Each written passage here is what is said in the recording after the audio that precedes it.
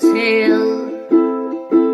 Well, there's a place I've come to know well, led by a man named Sty. He's full of stories, he is quite a guy. Sit around the campfire and hear him tell his tale. Some may be able to relate to him quite well. We're all just people looking for a place to go. Well, Sty has made one, and it is quite a show. Come meet Sty, he's quite the guy. If you're feeling lonely, come and make a friend. If you need a story, on Sty you can depend. His voice is soothing like a lullaby. Sometimes he brings a tear to my eye. Sit around the campfire and hear him tell his tale. Some may be able to relate to him quite well. We're all just people looking for a place to go. Well, Sty has made one, and it is quite a show. Come meet Sty, he's quite the guy.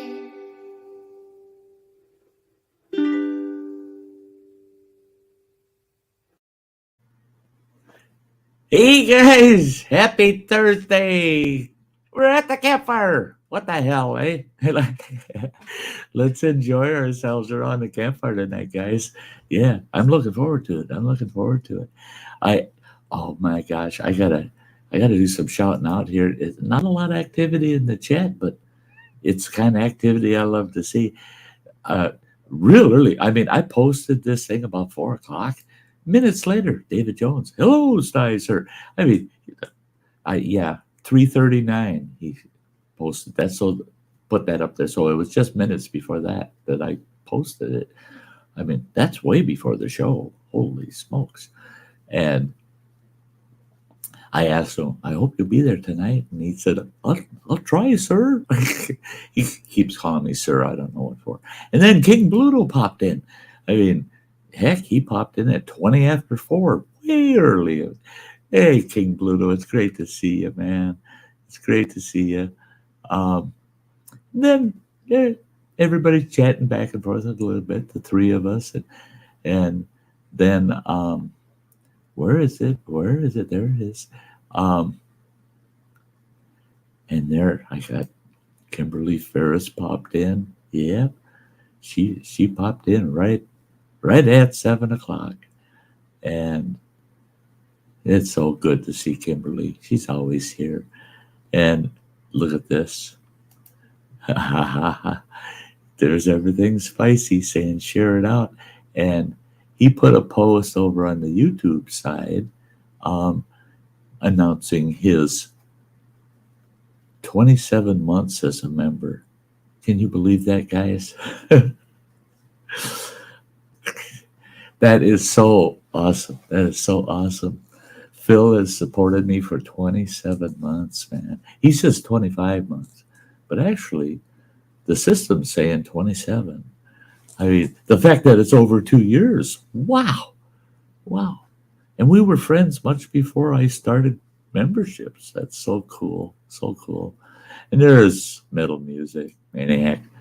Careful, not Sty. There's a huge campfire 20 feet away. I don't want to, if I had my old beard back, I'd be afraid of catching on fire there, Maniac. Yeah, never know what'll happen on this channel. There's plain old Chuck. There he is. I don't pop, I waddle. You waddle? What are you, an old duck? I mean, come on. That's it for the chatting out there right now. Hey, everybody, here's your chance. Share it out. let everybody know we're over here hanging out in the Sty Shack, having us a virtual campfire. Um, Justin Anderson just popped in. That's great to see you there, Justin. Awesome.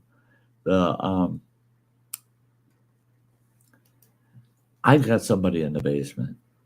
He popped on right just boy as I was going live, and I am so thrilled to have him up here on the panel tonight, man. That I was on his live stream the other day.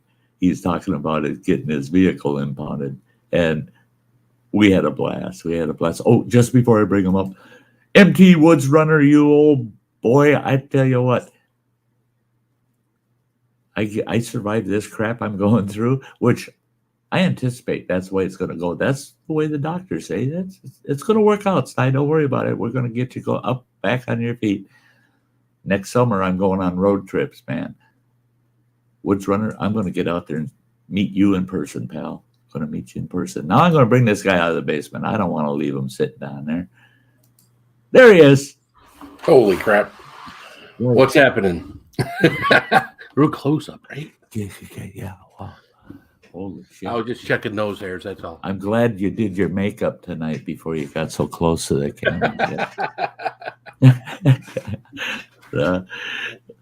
So how are you, Phil? Have you recovered from your concert event? Oh, yeah. I just got myself back from work, so I rushed down here to see what was going on. Yep. Just hanging out. An important notice. An important notice. It says Michigan Department of State, notice of abandoned vehicle vessel. Oh, he just handed this to me. It's like, oh, that's probably where they want me to pay for my ticket. Well, I tried to pay my ticket the last couple of days, and it wasn't in the system yet. Oh, okay, yeah. It's nice when they let you. It's nice when they let you pay online. Yeah. On the system. Yeah. See, here in Wisconsin, for any traffic and parking issues, they tow your vehicle. If it's a parking type issue, you have to present yourself in person to any county treasurer, and then they pull it up on the system. You got to pay them at the counter. I don't like that. I want to go online. Yeah, I don't want to go there. And they may let you do it now. Who knows? I mean, when was the last time you had a parking ticket? Well, true. It's been a few years, and last ticket I had was a seatbelt ticket, and that damn near got me a big fine. It's only $15 here, while I was in the neighboring county, and I got that seatbelt ticket quite a few miles from the county seat, but I was heading towards the county seat anyway. So that state trooper issued me the ticket. He pulled out and he went chasing somebody else after I got my ticket. So I just stood on it. He delayed me 20 minutes, a bugger. And I figure I can make it up to the county courthouse, pay this fine, and then I can go out in the woods, do what I was going to do. Well, I get to the county courthouse, I come zipping in there, tires are squealing, and I go running in there up to the treasurer's desk, and I handed her my citation. I said, I want to pay this right now. She set that citation down in front of her, and this county officer walks up, and he's standing right next to me. He's full uniform. He reaches over and takes that ticket, pulls it around, turns it, and looks at it. He looks at me, he looks at that ticket, he looks up, and I thought, what's he looking up at? And I looked, and there's a big clock behind the treasurer on the wall. He looked back down at that ticket, and he goes, where did you get this ticket? And I said, it says on the ticket. He says, oh, yeah, the junction of Highway 2 and 13. I said, yeah. He says, you can't get there from here in the amount of time from the time he wrote this ticket. He said, I need to write you a speeding citation.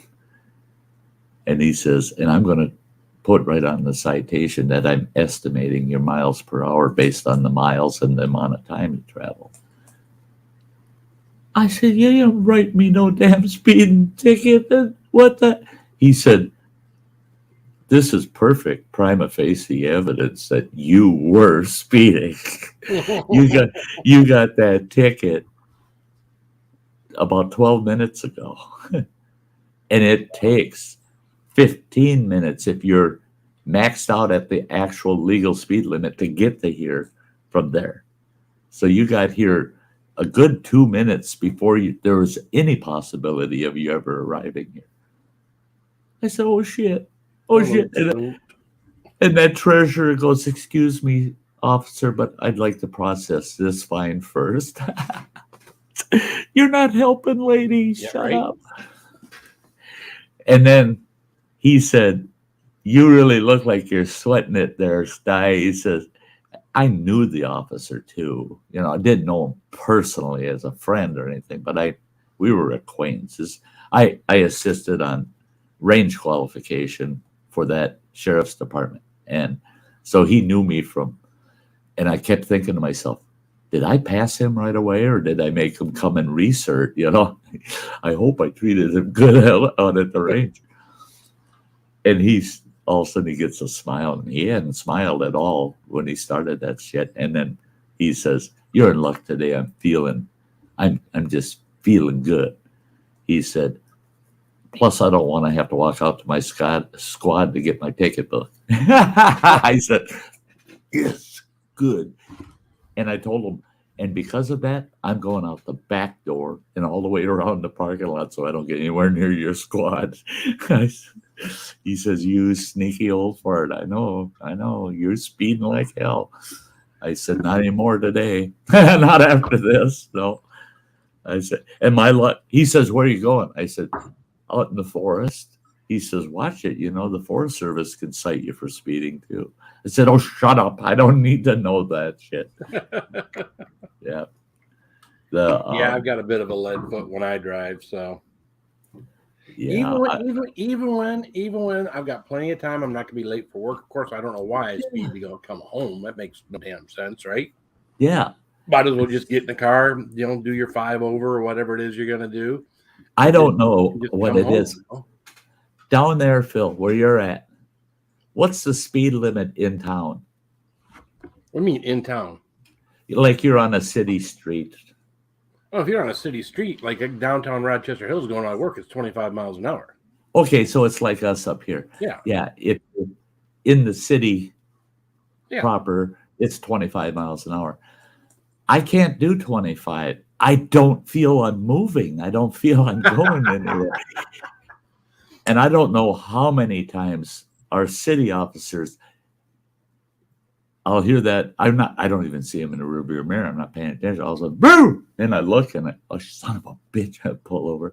And the officer get out right away and come up. So he's not running my plates. He just gets out of his car, walks up. Sty, it's not 35 or 45. It's 25. How many times do we have to tell you that? I said, fix it. I said, I'm old. I don't have time to waste, man. I got to get where I'm going. These local cops, they think I'm nuts, you know. But I can't help it. I cannot drive in a 25. And we've got a 4-lane highway, Highway 2, going through the center of our city. It's 4 lanes, for God's sakes. And 4.5 miles of it is 25 miles an hour on 4 frickin' lanes. Wow. And that's got to be hard to do. It is. I mean, it kills me. It kills me. Well, when I go through downtown where I work, they got a turn lane in the center. They got 2 lanes going north and 2 lanes going south. But they parallel park in front of these businesses. If you get in the right-hand lane, chances are you're going to get behind some idiot that needs a parallel park. Well, that just screws everybody up. Yeah. Right? So that screws everybody through. So now you got to get over the left-hand lane. But then you get people in the left-hand lane that are all lined up to go in the left-hand turn lane, and they don't know any better than to get over all the way. And then you're clogged up there. And then, of course, you got the pedestrians. They want to use the crosswalks. When the light turns green, these cars can't make a right-hand turn because the light's green. So then you can't go. And it's just like, I find myself going jockeying and boom, I'm out. Here the city I live in, the city of Ashland, we've got in Ashland area Facebook page, and it's everybody getting on there. Hey, I heard sirens. Where are they going? You know, it's a gossip page about what's going on in town, and it's almost always talking about the cops, you know, and what the city council's screwing up today, kind of thing. Well, the one thing I noticed is, oh my God, they had this huge debate going on because of that 4-lane I mentioned. People are on there saying, get the hell out of the fast lane. Everybody does 45 through there. Get the hell out of the fast lane, because we have the 4 lanes, 2 heading west, 2 heading east, and we've got the turn lane down the center, right? So the only reason you should ever be over in that fast lane is because you're going fast or you're cutting over into a turn lane to get the hell off. Otherwise, get over on the right-hand side and stay the hell away from us fast drivers, the through drivers. Oh my God, the cops are getting on there, even making comments saying that left lane is not a fast lane. It is a passing lane. Technically, all of you are supposed to stay in the right lane unless you're passing the vehicle in front of you or approaching over to get into a turn lane. Otherwise, that lane, you still have to do 25 miles an hour. It's not the fast lane. And we're all like, yeah, but we got a different opinion. And the cops, they tell you, we don't give a shit what your opinion is. And you're just like, oh yeah, don't go there, guys. I never comment on that stuff.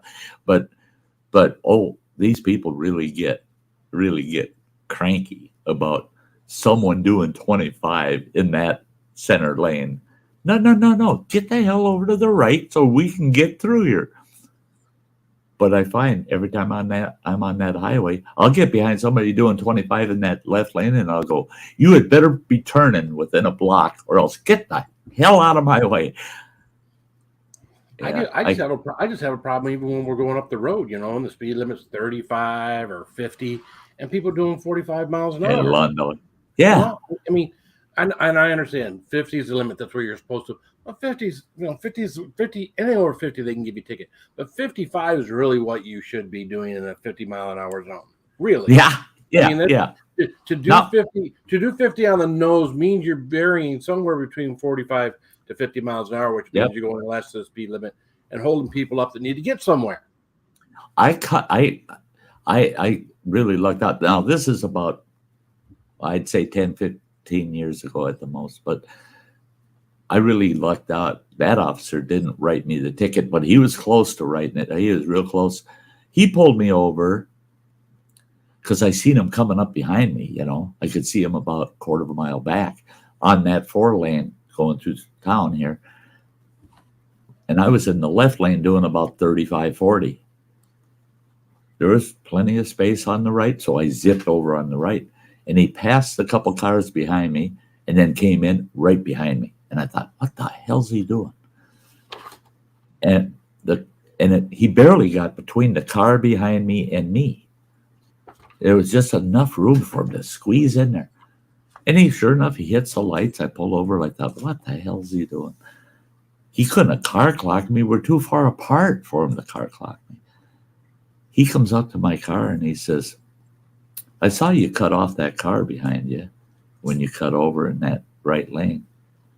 I go, I didn't cut him off. I said, I was doing the speed limit. And he goes, well, that car rode right up on your butt for the longest time until I got up there. And I said, yeah, you should cite him for tailgating. He goes, no, I should cite you for obstructing traffic. I said, what? I'm doing the speed limit, man. And he's tailgating me. He goes, don't matter, man. You cannot obstruct traffic. You cannot slow down the flow of traffic. That will cause accidents.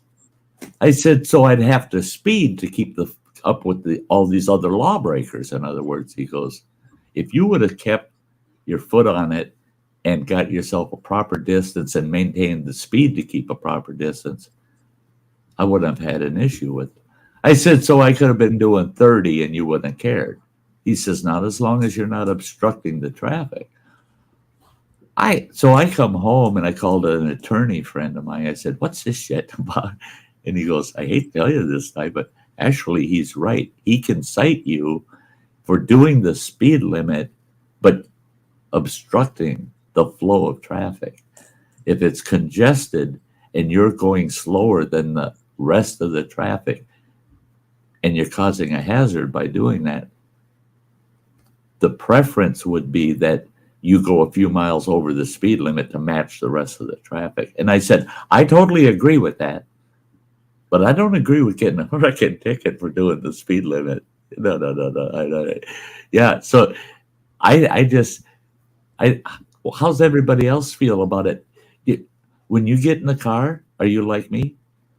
You're driving down the road, you're doing your thing like you do every day, and you see a squad car over in that parking lot, and all of a sudden you're going, oh, shit, oh, Right. shit. Why do we get nervous every time we see a squad car? Because I'm always speeding? Yeah, because we're guilty, and they all know that we're guilty. And so everybody that drives a car, if they don't feel guilty when they see a cop, they ain't driving. They ain't paying attention at all. Hey, Long Dog out there, and Joe W. Life Adventures. Great to see you. Hey, guys. Yeah, welcome to Campfire. Somebody asked earlier how I'm feeling. I'm feeling great. I'm doing good. Good. Yeah. Had a busy day today. I got running water home for a week, and we were outside all afternoon. Oh, shit. Last night I went to Samantha Lee's. I saw you. I got middle of the night to go pee at like 2 o'clock in the morning. I'm thinking, and there we were. What the hell is Sty doing up at 2 o'clock in the morning when he needs getting all of his rest? Wait till you hear the rest of the story. She shut down the stream.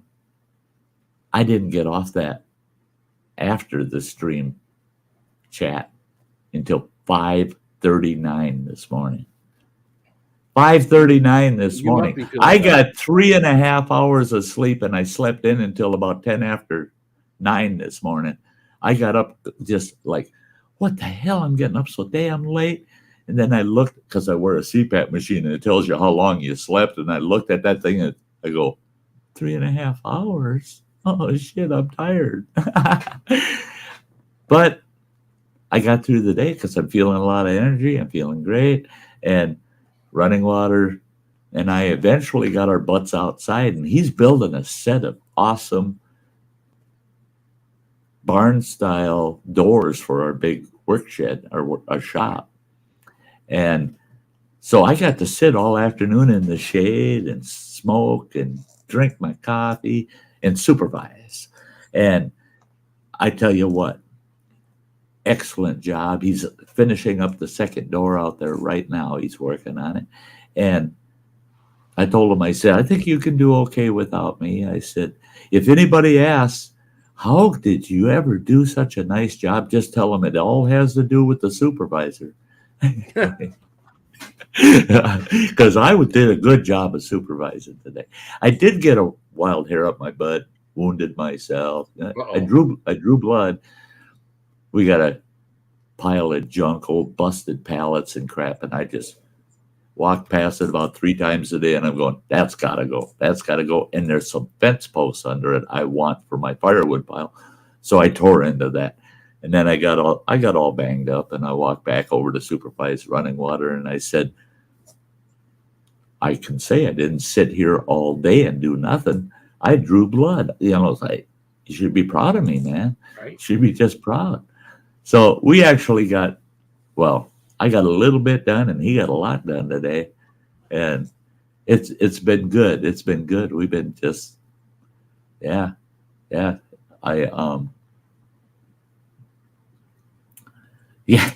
Joe talking about when he was watching your streams when you're out on the front porch 3 years ago. Yeah. Those were the days. Days. I didn't have any place in the house back in the day, so that was Yeah. When it got cold that year, and I was outside for a while before I finally came inside. But then I took over this room and just slowly over a year and a half, 2 years, transformed this thing. So Yeah, I remember that whole transition. Back in the days when you're out in the front yard with the damn rake stomping on the rake, hitting yourself in the face, and you chicken.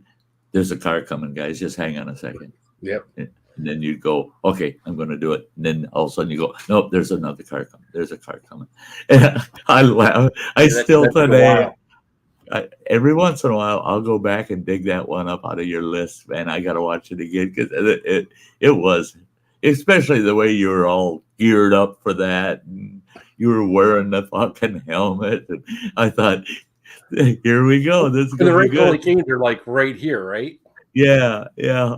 And I kept telling myself, but he was a coward, man. He wouldn't do it without any witnesses driving by, or he just didn't want the people in the neighborhood to realize, oh my God, he is crazy. He's nuts. He's out there smacking himself with a rake, Yeah. That's pretty much what the neighbors already think anyway. So Hey, Bradley Whitworth. Whitworth. It's great to see ya. Yeah, those were good old days. So that's one thing. Last night after Samantha's stream, Sam stayed on and Queen Kathy stayed on, and I and Robert and Joe were on for a little while afterwards. And yeah, we were chatting up. Samantha and I were talking about all the good old days, man, when we were, boy, some of our streams were we were just starving for the next person to go live. Remember the days, Phil, when Yeah. you and I, especially, if Sam was in on it, Ann was in on it. Who's going live? Who's going live? Are you going live? Do you want to go live? And we're all just like, Wow. we couldn't live without a live stream every stinking night of the week. Well, It was, I was pretty much live 4 or 5 nights out of the week. You were live Yeah. on Sundays and Thursdays, and yeah, I started as we got more friends. I started giving up, live streams on certain nights, and now I've got Yeah. myself down to where I'm only one night. But yeah. And it was kind of neat how that transition, that our little circle, all of a sudden you and I had kind of routine nights, and the others were just asking each other constantly, who's streaming on this open night? Who's streaming on that open night? And they're plugging themselves in between us. And man, you never starved for a live stream. They were just so often and so damn long sometimes. Oh my God, some of them were so long, 4 or 5 hour live streams. And I can remember some of those nights when I was up way too late, 1 and 2 o'clock in the morning, and then had to get up at 6 o'clock in the morning, 6:30 to go to work, and Work. 4 hours of sleep isn't. I mean, my work suffered during that period of time. I won't lie about it, but yeah, I was trying to build the channel. I was excited. It was my the channel was my new little toy, right? I was doing everything I could, trying to build it, get subscribers, and then of course we had not while I was on the porch, but when we came down here, then we got the memberships and all that stuff. And yeah, so many things have happened and changed, and that's basically last night. Samantha and I were filling Kathy, and we were bringing her up to speed about everybody's history.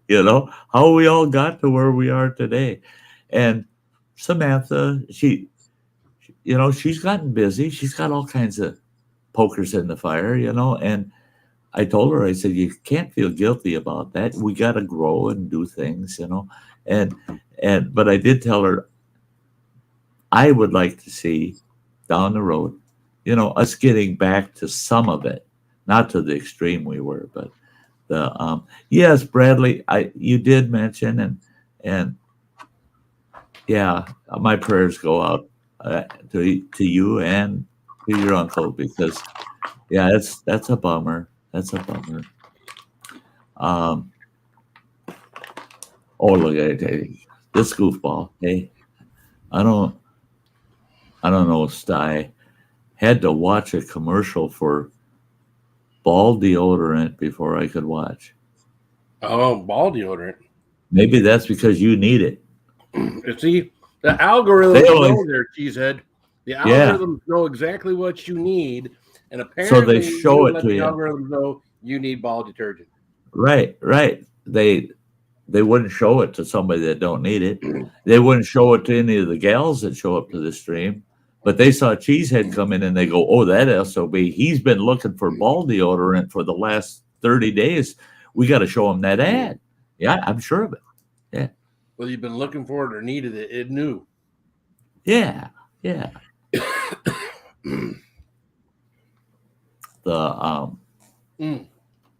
stuff's got a good little burn to it. I'm still snacking on this. What is that? It's Mike's. hot sauce checks. a long time ago. Reaper checks. Yeah. He has taken his Reaper sauce and put it on Chex Mix. And I will tell you, when I did it the first night I did it, I did a bunch of pieces and it was hot. But now it's like the longer it sits in a bag, it's like the hotter it gets. Oh, really? It's better. It's like a good wine. It's better with age. I just had a few pieces and my tongue's on fire. Well, I'll tell you what, those dehydrated Reapers you sent me, for some reason, those suckers, because I ended up eating, you sent me 5, I ended up eating 4, and I just couldn't do the 5th one. But every time I ate one of those, it seemed a lot hotter than the one before it. And I don't know if that was just me or if those stinking Reapers were getting better with age or something. It's a real bummer. I was thinking, after I go through the surgery and stuff, maybe I can ease myself back into the spicy things. No, don't do it. And they said you will be able to tolerate medium heat. Don't go into the high heat and don't go to super hots. And they said it's not that your system wouldn't be able to, it'll handle it like it used to, except there's nothing to stop it from traveling back up the esophagus. So you don't have to have that valve. They said you'll have that burn in your esophagus constantly. Mm-hmm. And because they said you'll constantly have to swallow for about an hour to get that down into your system.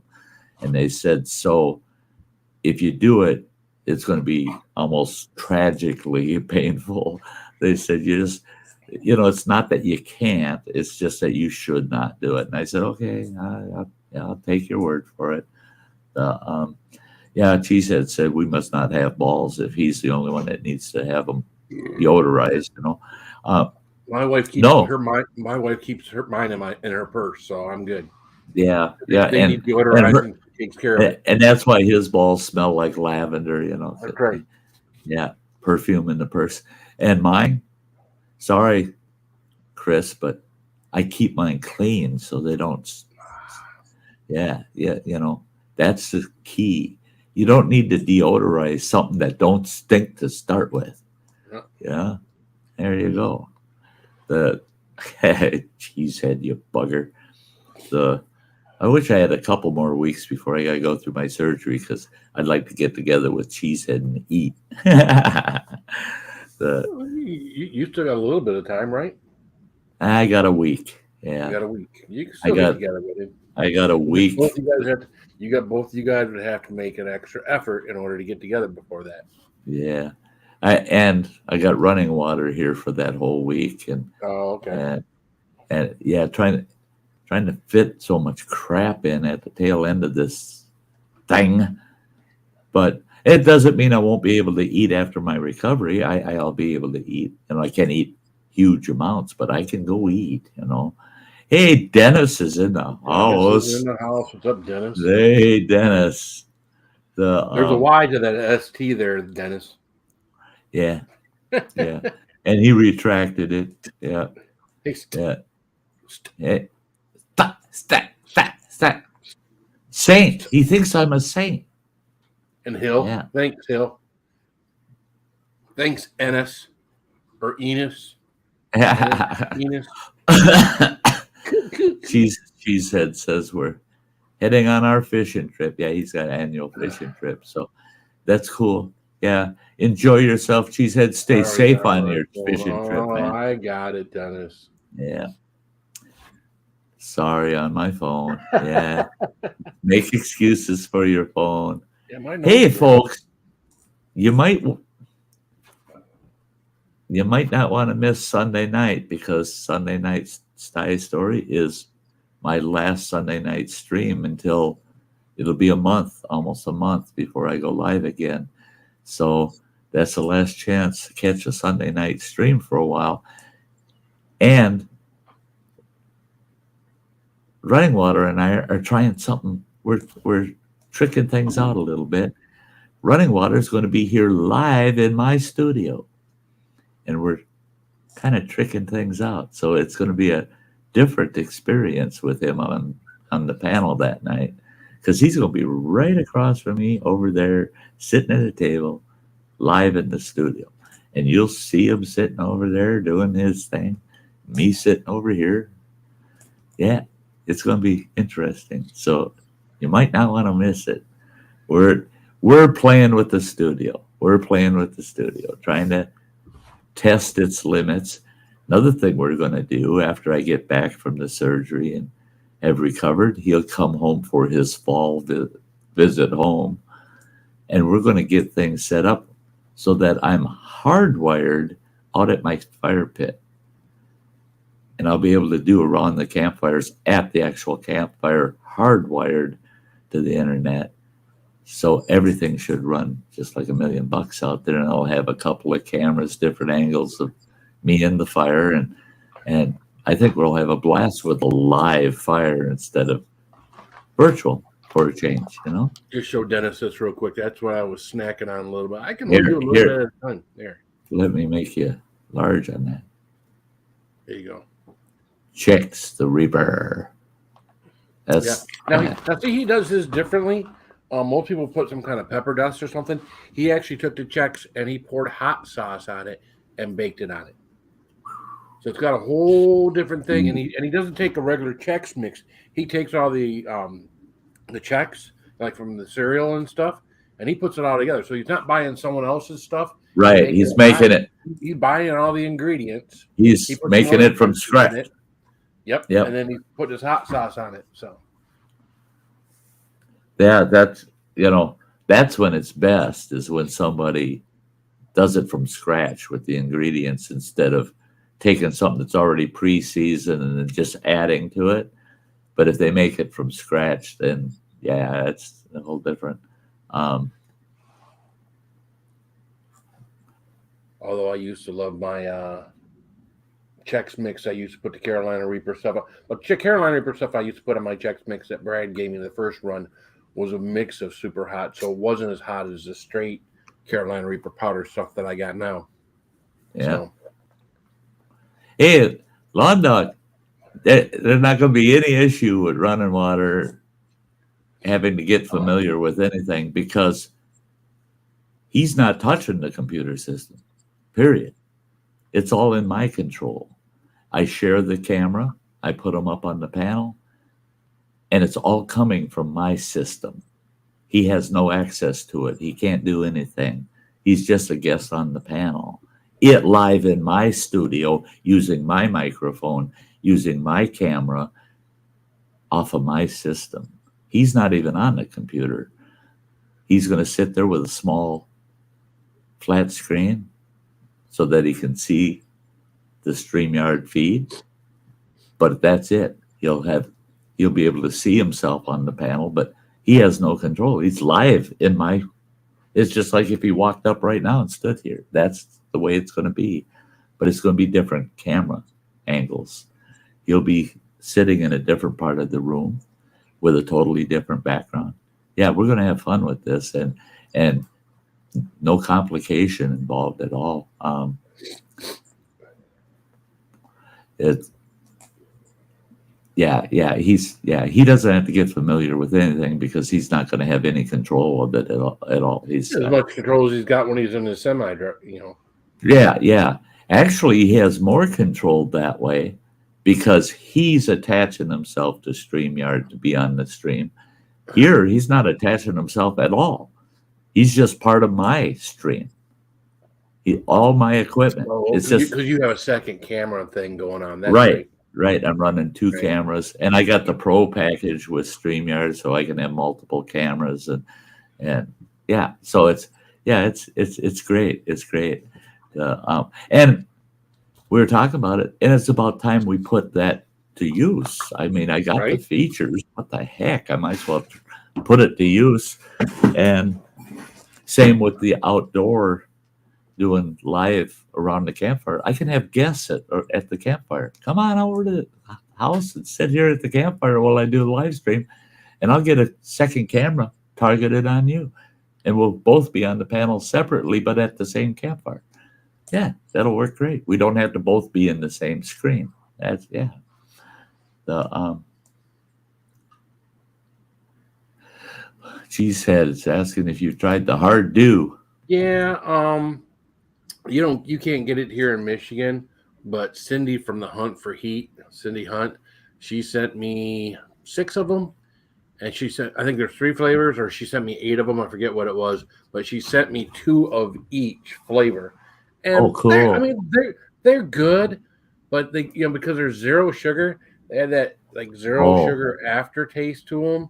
I actually went back to Diet Mountain Dew because I don't like the taste of the 0 sugar stuff anymore. I mean, I still drink the 0 sugar stuff here and there, but it has a funky aftertaste, and they're sweet like Mountain Dew too. So I mean, I couldn't see myself drinking more than 1 or 2 of those. Right.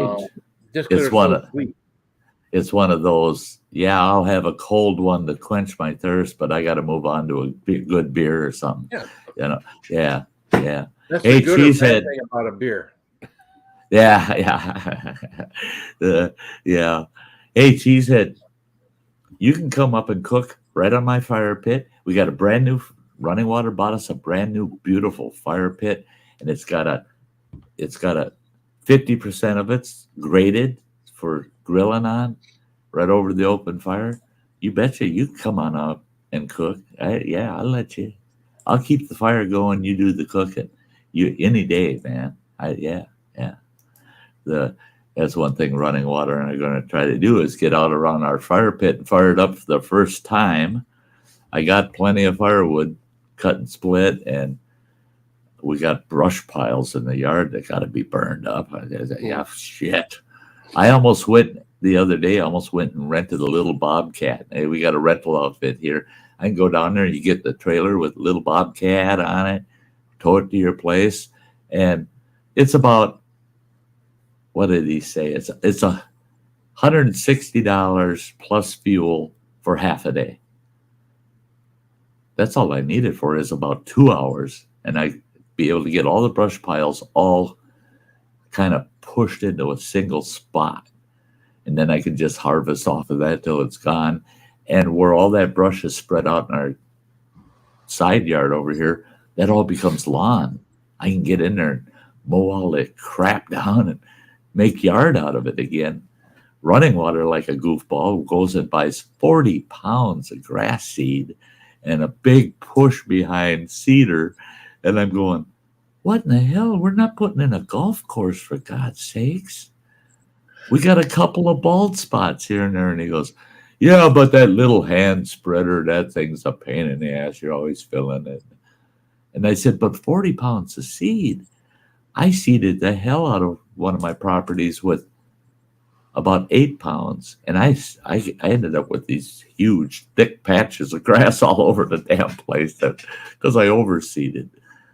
And he says, yeah, we're good. Okay, what the hell? The riding that big old Craftsman will plow through it. Yeah. I've got a big bag out there. It's got that white coating stuff on it that's supposed to keep the seed wet. Once that stuff gets wet, that I got to do some more. Well, they're coming out here in a couple of weeks, and they're redoing our driveway, and they're widening a different part of it, an offshoot of it. And once they get done with that, no one drives on my lawn anymore. We're gonna dig up some dirt, churn it up, because my son's had an oil leak and he's killed the grass in a spot. I gotta take that dirt out of there, put new dirt in there, and we're gonna seed it all up. So the joys of home ownership. Right. No kidding. Yeah. And this place, it's owned by Running Water. It's his investment. And he had his younger brother living with him for a while, and his younger brother he don't like getting smacked in the face with brush and stuff. But well, this whole property down the north side of the property, it's all bushes. And the worst part is it's a mix of bushes. There's lilac, there's some other frickin' bush. I never did figure out what that is. And that thing grows prolific. And mixed in that buckthorn. That shit cuts you up, man. That's what tears you up.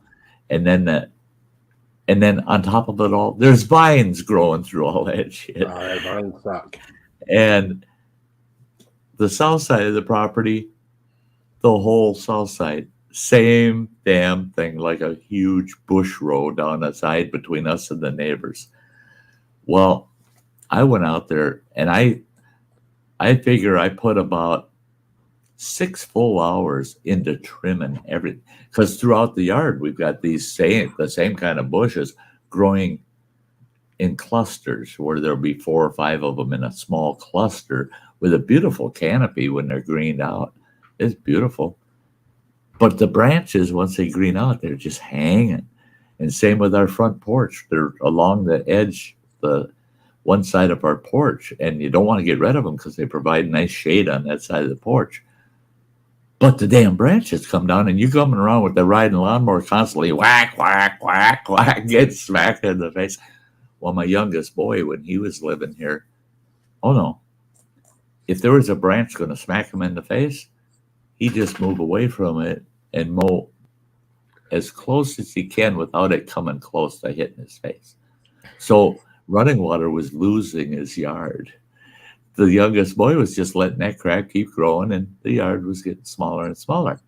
Well, when I got here, I go, you lost 1/10 of your damn yard because he's been mowing out away from all that shit. I got out there with the pruners, man, and I have one pile of brush that's about 8 feet across and 4 feet high that just came off of the crap along the edges of the yard.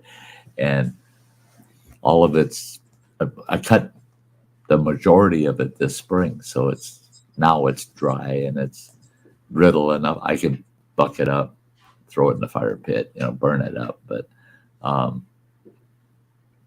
yeah, I love yard work, man. I love yard work, but I don't want it to be a pain in my ass either. No.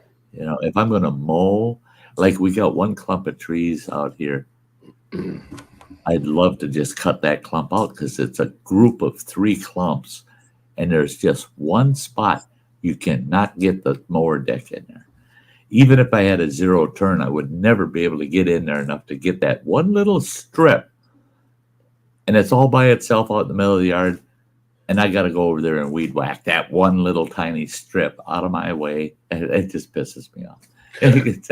So I figured cut down a clump of them trees and I can get between the other 2 sets. End the problem. Running Water showed me pictures of this place when he first bought it. I couldn't believe it, man. I couldn't believe it. The people that owned it before him, the whole damn yard was a garden. Oh, literally, wow. The whole yard. Everything was garden. Planters right in the ground. Everything. Veggies, flowers, everything that grows in the ground they had going on here. The whole damn yard. So when he moved in, the arrangement on the closing of the deal was the previous owner had to drain tile this whole place.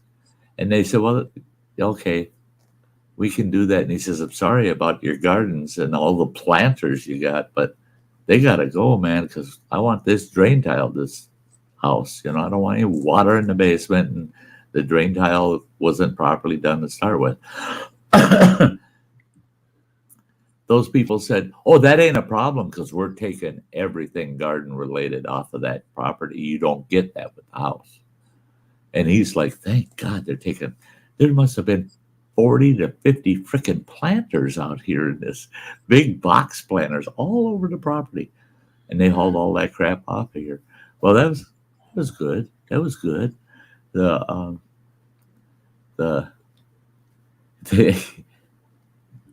if you lived in the urban jungle, you wouldn't have too much grass or anything that could die if you got oil on it, unless you kill concrete and asphalt with oil.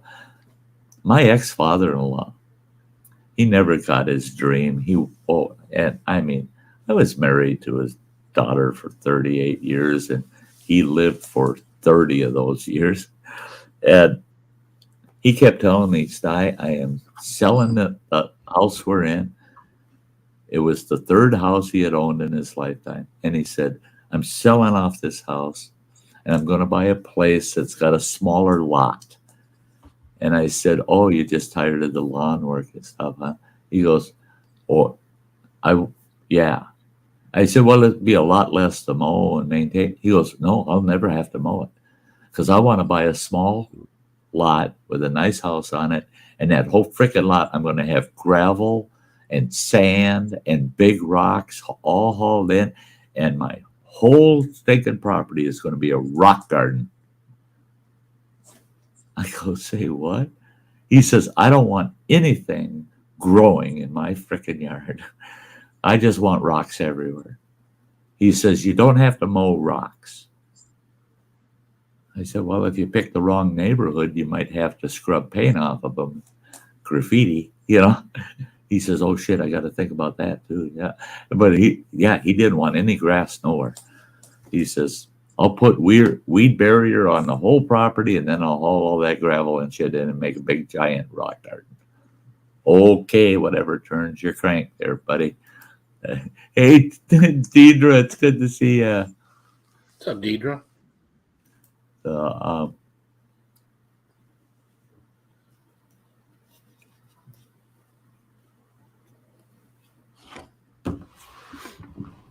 My wife was just messaging me that her boss at her office, there's like 5 of them in the office, he's come down with COVID.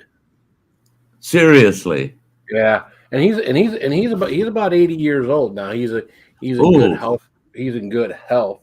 80 years old, and of course he's had the shots and the boosters and They actually make my wife, when she comes out of her office, wear her mask because they've all had their shots and their boosters, and we haven't had shots. So they still make her when she comes, and when she in most stuff she stays in her office and she's fine. They still make her wear her mask because we're worried about that. We're going to catch it from you. Yeah, well, hey, again. Yeah. The county apparently is watching, and I quit wearing my mask at work 2 days ago. Bad timing. Bad timing. Yeah. Yeah. It's all got to do with timing, right? Right. Well, and that was one thing that all the medical staff I've had to deal with in the last 2 months, every one of them were constantly pounding it in my head. You wear a mask. People don't get it. You wear a mask to protect yourself. Right. It's not going to protect anybody else. It's protecting yourself because when you breathe, that air from you is escaping that mask. You wear the mask so that when you inhale, you're not inhaling what somebody else's air has infected the air with, right? So when I go to my treatments and stuff, they get me in my own room to do an infusion or whatever, and they'd say, the minute you step in that room, you're allowed to take your mask off. We're not allowed because we don't know if you got COVID or not. But we can allow you to take the mask off because that's then your choice and you're not infecting anybody else, and we're protecting ourselves. But you got to keep in mind, you may not be protecting yourself, but we will allow you to remove the mask. So when I talked to the Mayo Clinic, I said, I got to spend a minimum of a week with you people down there. And oh my God, you got all these rules about you can't even touch the front door without a mask on, at the Mayo Clinic. And they said, oh, during your exams, you can take the mask off. Your hospital stay, the minute we put you in your room, you can remove that mask, and we'll only put the mask on you when we transport you from your room through the hallways, through the public area until we get you to wherever we're putting you, like the operating room or whatever. Then you can take the mask off again. But if you're in a public arena, you got to keep that bugger on. And at least they're looking at it from a good common sense approach, Right. and they're not going to tell you can't take the risk. They're just saying you can't risk the others, Right. Okay, I'm cool with that because it's a compromise. It's the best of both worlds then, if they got to have their mask mandate and they're flexible to that degree, that tells me they're working with you, they're not working against you. Yeah. And that's cool. Well, when I got that, I had to pay that first fine. We hadn't even thought about it. We had made sure we had everything we're supposed to have when we went down to Detroit. And the first thing we ran into was, no, you have to have a mask, no exceptions. And shoot, we had to go back to my wife's vehicle and we had to dig some out that were older and not in the best shape and whatnot, but thank goodness we had kept them in there. That was the only thing we hadn't thought of because, pretty much, unless you're going to a hospital, you pretty much don't have to wear a mask anywhere in the state of Michigan, except for that place. Yeah. Lawn Dog, I see you asking that question again about the starch in the potatoes and that. Now, I've done that. I've done it in the past where I've boiled potatoes and I get them to about half done. Next to it on the next burner, I got another pot full of boiling hot water. And I'll strain those potatoes off. They're not even soft yet, but they're getting ready to go soft. And then I put that pan back on, fill it full of that boiling water, and finish them off because you get rid of a ton of that starch, right? The reason I was doing that is because the more starch you eat, if you're diabetic, starches turn into sugars through your metabolism. So that's why I was extracting the starch off of it. How it affected the flavor, I don't know that it really did because you're pouring that water off of them anyway. You're pouring a lot of that starch off. How much flavor do you really get from mashed potatoes anyways? Yeah, mashed potatoes pretty much take on what the flavor of the butter or the salt or the pepper or the garlic, right? Or whatever. You got to bring the potato flavor out of it, and salt usually does that. Draws where you get that actual potato flavor. Right. But if you just take plain mashed potatoes and take a fingerful and taste it, you're going, that's bland. Yeah. It's a little bit of potato flavor, but it's pretty bland. And but the starches actually, we need a certain level of starches. Sure. People want to say this is bad for you, and that's bad for you, and that's bad for you. Everything in moderation. I mean, come on, that's just like people say, well, they're darn near the only thing out there that won't kill you is water. I beg to differ because guess what? Because it's documented. It's a fact. You can die from water poisoning. Mm-hmm. And H2O poisoning is not that uncommon. So everything in the world is bad for you.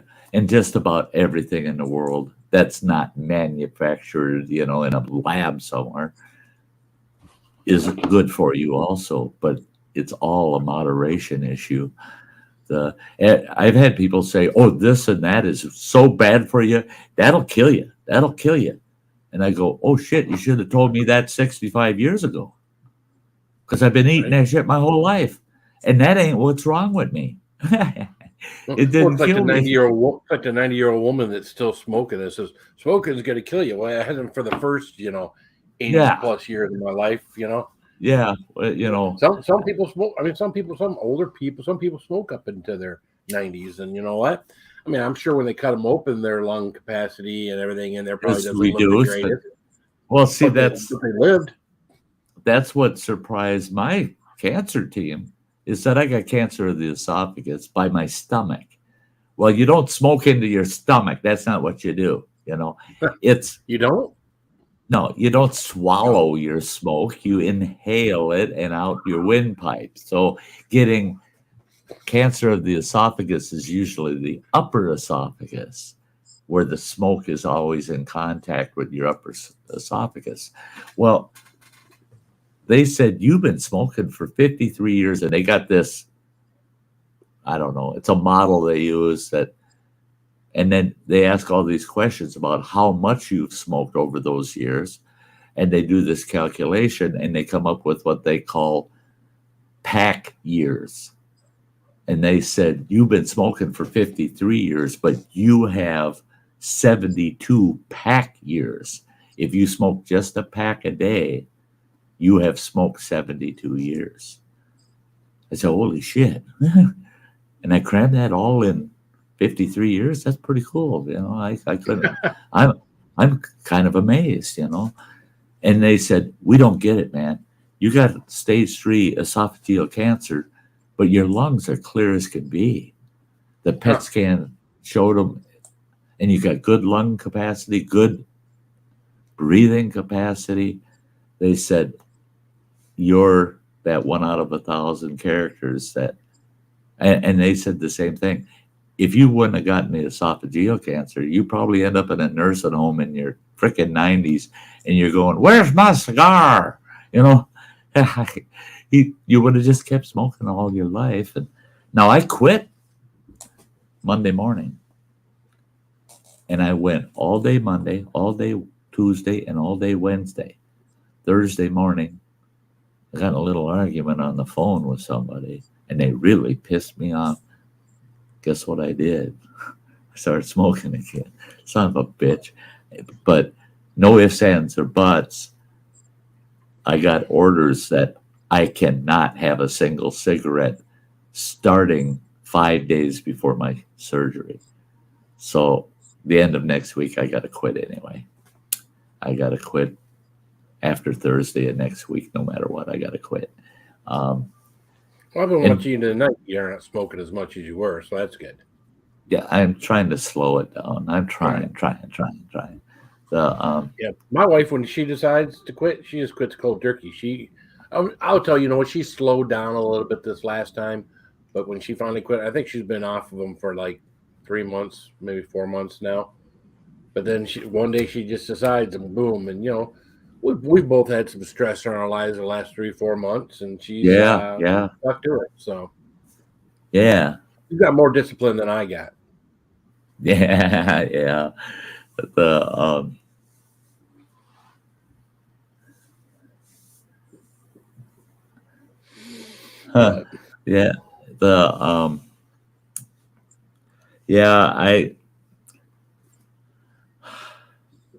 I tried quitting one other time in my lifetime, and I made it 5 weeks. And then I took on a new job as the chief financial officer for a Native American tribe. And within 5 hours of my very first day, I went to my staff, the few I had at that time, and I said, who on my staff smokes? And they're all like, oh shit, what? He's going to say no smoking anymore? The way it was, you had to step outside and smoke. Finally, a couple of them fessed up. Yeah, we smoke. I said, how many cigarettes you got with you today? Do either one of you have a spare pack? And the one gal said, yeah, I got a spare pack. I said, I'm buying it from you. And she goes, well, yeah, I suppose. And I handed her a $10 bill for that 1 pack of cigarettes back when I could buy them on the reservation for $2.50 a pack. And I went outside, and I took about a 45-minute to an hour break, and I smoked half of that pack. And I never tried quitting again until this last Monday. I mean, that job put me right back off that wagon, man. Get the hell off this wagon and start smoking, boy. You ain't surviving this job without them, And thank God I didn't try to quit drinking. I would have fallen off that damn wagon right away too. Yeah. that's funny because like our general manager at our work, when he first started, he had stopped smoking. He was a general manager at a different dealership, but now I would guess he probably smokes a pack a day. He goes outside, he lights one up, he walks to one of the other buildings. When he does what he has to do over there, he lights up when he comes out there, walks over to one, and we've got 4 buildings there, and 7 different departments, and Yeah, yeah. No kidding. No kidding. Yeah. What the heck here? I got to take a look at something. Again, happy birthday there, Fulton. Wasn't that long ago Fulton was turning 21, and remember him having his first, I think it was an apple teeny or something. Yeah. I was just looking there, Fulton. That's next Wednesday. I'll shout you out next Thursday night that that it was your birthday the day before. Get everybody on my channel wishing you a happy birthday there on the 21st, man. I realize it's a day late, but I'm not streaming on the 20th. But I'll give you a shout out on the 21st, man. Yeah, my mom's birthday was yesterday, and my mother-in-law's birthday, who passed this year, her birthday was yesterday. And my wife, it's just one of those days that when you have the first birthday, the first Mother's Day, the first this, the first that. Those are the roughest. They're the toughest to get through. When you lose somebody, the important days that you remember that you celebrated that involved them, those are tough days. I mean, you just like, oh God, I remember last year we actually did this or that, those are tough days. Those are tough days. I've got a few of those kind of days that stuck with me over the years, and there, thank goodness there's just enough of them that I don't look forward to any of them, but at least it's just a few. It's not like one a week all year long. That would really suck. But Mike, as you get older, though, they are about once a week because you outlasted everyone. That was my grandmother. She passed away at 97, and her and I had a very, very long conversation about her life before she passed away. And I told her, I said, you can't give up, Grandma, man. We all want you here. And she goes, you know what? It's time for me to be selfish. I don't care if you want me here or not. I don't want to be here no more. She says, I was born in 1901. She says, do you realize how many wars I've had to live through? I go, oh, shit. Yeah. You've had your share, haven't you? She said, and then she said, do you realize that everybody I knew through my childhood and young adulthood are gone? Everybody. Yeah. I don't know anybody from that I knew in my 20s that's still alive. I'm the only one left. And if I turn the clock back to the 20s, if I knew them at that, when I was in my mid 20s and earlier, they're gone.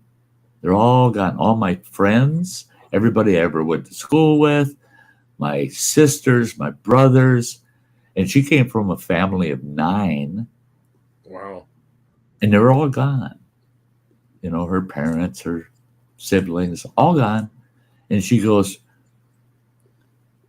it's not that I don't care and love you guys from the current generations, but she said, I lost my generation. They're all gone.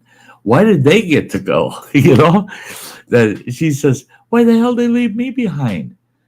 That I'm sitting here having to deal with all the new generations, and you guys are asking me modern day questions, and I'm going, say what?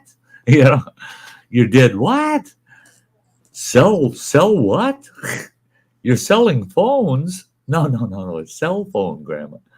You're selling phones. What the heck? I thought you had a good job. Well, okay, Grandma. But now I get it. The longer you live, the more loss you've endured. It's just comes with the deal that you end up if you live long enough, you end up outliving those that you knew over the years, and that's tough. That's tough when a person like my grandmother, all of a sudden, they realize there's nobody left from then that knew what it was like to be me growing up. Right. I can't reminisce with somebody that really understands. And Roland, MBA, every Sunday, if I show up, which I do, he always plays that song in color for me. You should have seen it in color. Because if you didn't live through the black and white era, when things weren't in color, they were in black and white. Even life was in black and white. We were so certain about this, that, this. Everything was certain. It was carved in stone. Our cultures, the ways of life, they were all carved in stone. They were black and white. But boy, you should have been there and seen it in color, The fact we lived in that black and white era, nobody today that didn't experience some of the black and white era have a clue what it was like. My youngest boy, when we lived in Montana, we never had a colored TV. I had a colored TV for a while when my kids were babies, so they don't remember that. But from that point forward, and then when we moved to Montana, it was all black and white TVs. That's all we had. We lived in Montana for 4 years watching black and white TV. We moved over here to Wisconsin, and the kids are glued to that television, a colored TV. My youngest boy goes, "What's the big thrill? What are you guys why do you think this TV's any better than the ones we've had?" And they said, "Well, look, we're watching the Smurfs. They're blue." He goes, "You're stupid. They've always been blue." And they said, "Not on our TVs." He goes, "Bullshit." I burst out laughing. That kid was seeing that black and white TV in color. I mean, God almighty, the imagination of a kid. He was able to take the real life and apply it over the top of that black and white. It was amazing. I just love it. And yeah, yeah. And as a colorblind person, I always wonder how everybody else sees the colors. I mean, I see colors, but I don't know how I see colors. Right. So what color is that to somebody else? Exactly. I have a old personal friend, I think colorblind as hell. The red, green, and yellow lights at a damn crossing. He says it doesn't take long for a colorblind person to just make it sequential and get rid of the color issue completely. If it's the top one, it's red. If it's the middle one, it's yellow. The bottom one is green. If it's a arrow, it's green. If it's not lit, don't turn. He said. Where I run into a problem sometimes is where you go to places that you're not familiar with, and they have a flashing red or a flashing yellow, just one light, and not three, but one light, and it's flashing a certain color. Most of the time when they have those, they also have stop signs to go with it, but not always. So I run into that when it's a flashing yellow or a flashing red, and I go up to those really kind of apprehensive and paying attention to make and sure looking that I'm for looking for a flashing red. Yeah, and looking for an actual sign. Yeah. Why is that flashing red? Is there a sign telling me why? Yep. That's the way Mike is. Red or is it flashing yellow? Yeah, that's where I have had that problem. And the green light to me has never been green. It's always been white. It's been when white I see a green light, it doesn't look green to me. It looks white. Yeah. Mike was saying that, my buddy was saying that, I think it was green too, that where he said it was almost like a bright gray to him, and that when I think it was the yellow one that he thought seemed like a green to him. The yellow was more green than the green was. and the red had a weird, almost dark gray hue to it. And so he was really effed up. I mean, he'd come walking out of the house wearing some of the goofiest freaking mixed colors and shit. And I go, "Oh, you dressed I said it 1,000 times. Oh, you dressed yourself today." If he came out color matching, I go, "Oh, Sue, your wife dressed you today. That's so kind of her." And he just, "Shut up, Sty, you son of a bitch." I did. And then I tell him, "Oh my God, Mike, you got 2 different colored socks on today." And right away he's looking and checking. They look the same to me. Well, they are, but I'm not going to let him know they are. No, those are 2 different shades completely. It's so obvious. Or that would piss him off so bad. And his wife, to make sure he didn't screw up, all he had were white and black socks. There was no other shade of sock at all. No gray socks, because he would wear a white and a gray sock and not know it. Yeah, they look the same to me. No, you're a little lopsided, buddy. So she kind of worked around him, and she was trying to glean through his wardrobe so that he only owned things that would match, But she couldn't. That was my wife's biggest problem with me when the kids were growing up, is I would have them in mismatched outfits and everything else. It's like, "Those bottoms will go with that top." It's like, no, there's a different bottom that goes with that top. And of course, they come out that back then there were the socks, white socks. They would have 2 stripes on them. I'd have one with a discolored stripe, and no, those match. No, they don't match. No. Well, they both got 2 stripes, right? That other pair he's got in his drawer just like it. Yeah, well, those are the other pairs. The half, those 2 halves belong to these 2 halves. Yeah. I don't know. Is the kid dressed? Yes. Okay, send him to school. What the hell? They didn't leave the house naked, so hey. That's right. At least I made sure the kids had clothes on, That's right. Canoe Hound, gray Smurfs. You know what? You look back at when they started the damn Smurfs, they're all gray by now. I tell you, they've been around long enough. They're all gray by now. They've been around for sure. They've been around a while. Well, I hate to do this, but I got to run upstairs real quick, and I got to break the seal. And I don't want to break the seal because I don't have to pee every 15 minutes, but I got to do it. Yes, sir. Yes, sir. Back. Do it. Hey, well, Phil's gone. We're going to take advantage of that. Don't anybody go anywhere. Phil's coming back, and I'm going to take advantage of that. It's only 50 seconds long. I got to share out all my channel members. Only 50 seconds long, so hang tight. We'll see you in just a moment.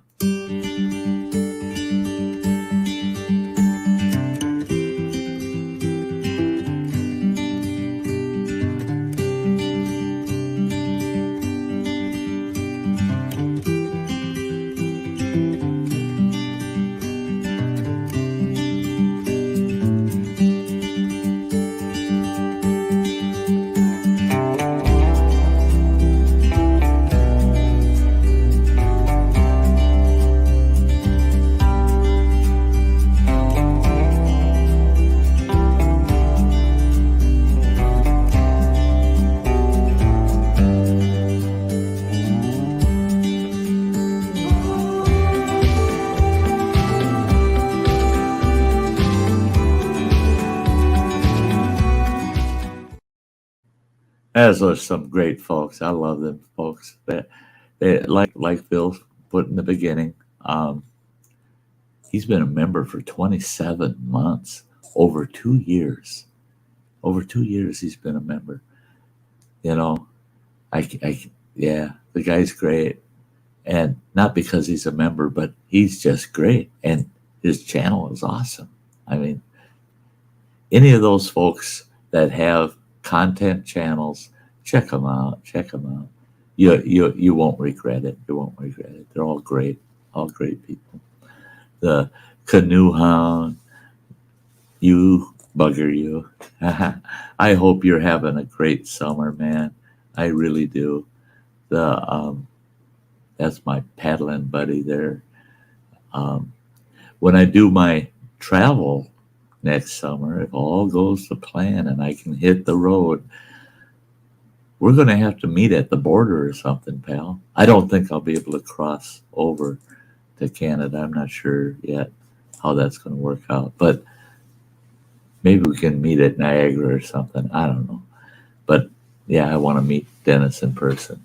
And that's going to be the purpose of my road trip next year is I want to get out there and meet all them YouTubers, all the great folks out there. I'm going to, in the spring, I'm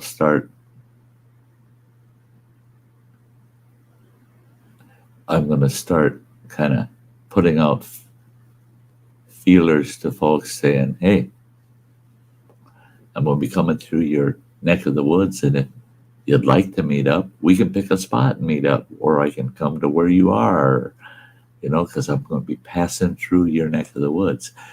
And I'm going to put the feelers out, see who wants to visit for, even if it's just for lunch, as I'm passing through. Or if they want to visit for a day or 2 or 3, I'll find a place to put the adventure trailer and hang out for a couple of days with my YouTube friends. Hey, Rebecca Felter, it is so good to see you. There she is.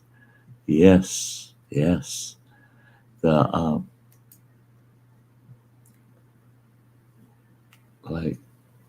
Sounds similar to people who, like in World War II, were on a ship that got blown up and sunk, and many of their shipmates went down with the ship, but they survived later on. The kind of wonder. Yeah. And that's so true too. I had a second cousin, and his second cousin, because he was my father's cousin, that he was on a tin can. He's a submariner. Yeah, he underwater boy, and his sub was rammed. It wasn't. I feel better. I love it. But his sub was rammed, and it took the forward torpedo room right off of that sub. And I don't have it, but there was a photograph my parents had of that sub coming into New York Harbor, and he's standing at the bulkhead door open, and he's standing at the bulkhead waving at the guys on the dock or at the pier when they're coming in with that sub with the nose knocked off of it. He was just in the torpedo room. There were 4, basically their hammock type bunks. Just beyond that bulkhead door was a bunk area. And there was, I think he said 8 bunks in that area. His bunk was against the bulkhead when they got hit, and he was in the bunk. He said, I was only in the bunk till we got hit. He said, right? He said, then it was like being put in a can and being shook for about 2-3 minutes. And when it all settled down and they felt it was safe to surface and they got the sub above water, they went on the deck and they went out, inspected the front end of the sub and saw that the whole torpedo room and bunk area in the bow was gone. And they saw that the bulkhead door was about 18 inches above the water line. So they had him open up that bulkhead door because they had smoke from electrical fires, a couple of electrical fires. He said he opened that bulkhead door and was looking out at stinking Atlantic Ocean and no land in sight. He said he got chewed out royally for closing the door again. He said, sir, I'm sorry, but I really don't think we should have that door open.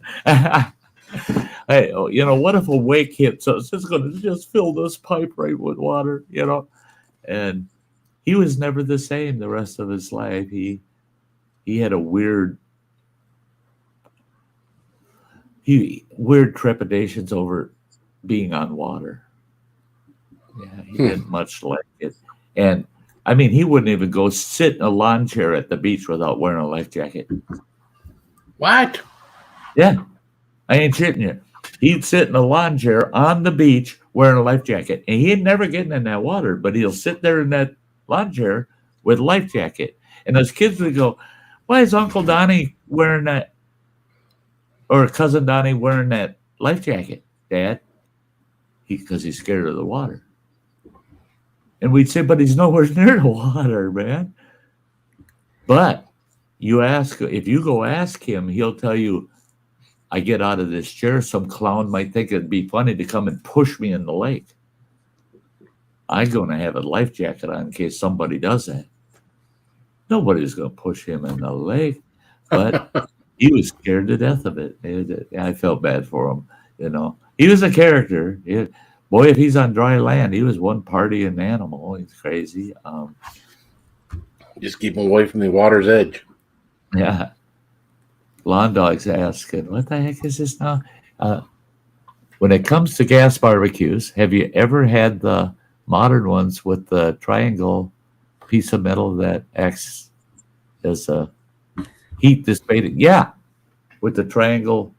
Yeah. Oh, yeah. I've had 3 gas grills with that. And they work well. They work very well. But you got to keep in mind, in between those, usually the ones I had 2 of them that would run over the burners. Where those triangles bottom out, you'll have 3 lines of grease and crap down in the base of your barbecue. And where they cross the burners, a lot of times you'll get crap on the edges of your burners right on that edge. So you got to make sure the burner stays clean, you know. But they work great. They work great. Should the meat go under this triangle or in between the triangles? Oh, I get what you're saying. Yeah. The really, it's so that what it's doing is kicking the heat out, so it makes it a more even heat across the whole grill. So where you grill isn't really going to matter, but you will get more flame with a burger on top of that triangle because it'll splash on it and the grease will burn and it'll ignite. So if you're something greasy like chicken and that, if you've got a lot of it over those triangle diffusers, you'll get more flaming. Yeah. Do you have a lot of greasy chicken? Do you? Chicken skin is greasy, man.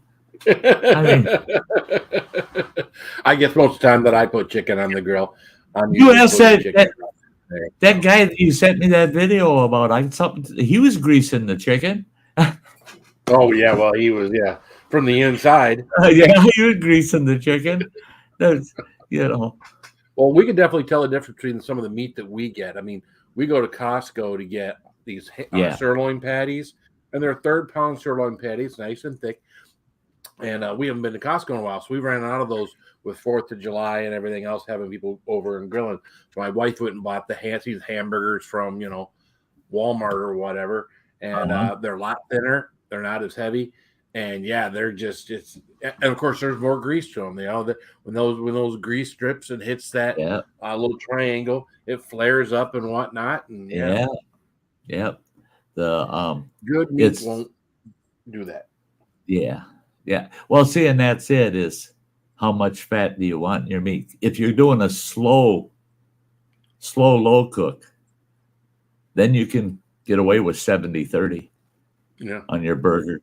But otherwise, standard grilling temp, you want 80-20 as the highest fat level. 83 to 85-15. Yeah, that's better, on the grill, because you're cooking hot and fast, and that sears the burger, which holds more fat in it. The little bit of fat there is will stay in it if it's seared well.